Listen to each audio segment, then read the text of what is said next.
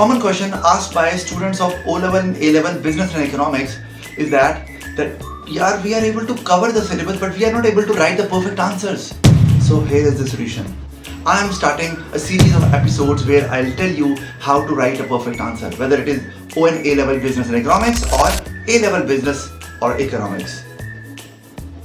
I am Hassan Khalid, your teacher, tutor, instructor, mentor and facilitator.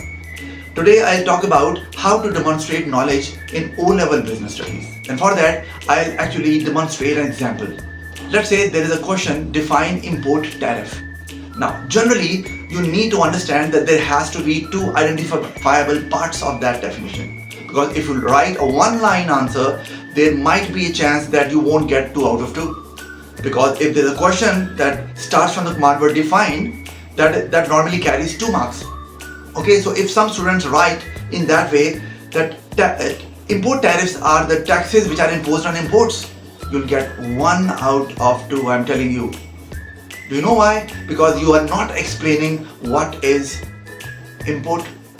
So you have to, now the correct definition would be that the taxes which are imposed on the items which are bought from another country. The word tariff is replaced with the word taxes, whereas import is replaced with the word, or rather the phrase, bought from another country. So this is how you are going to get 2 out of 2. So always divide the definition into 2 identifiable parts to get 2 out of 2, right? So that is it. So do watch my other videos as well if you want to get a top grade. Thank you very much. See you next time. Bye bye.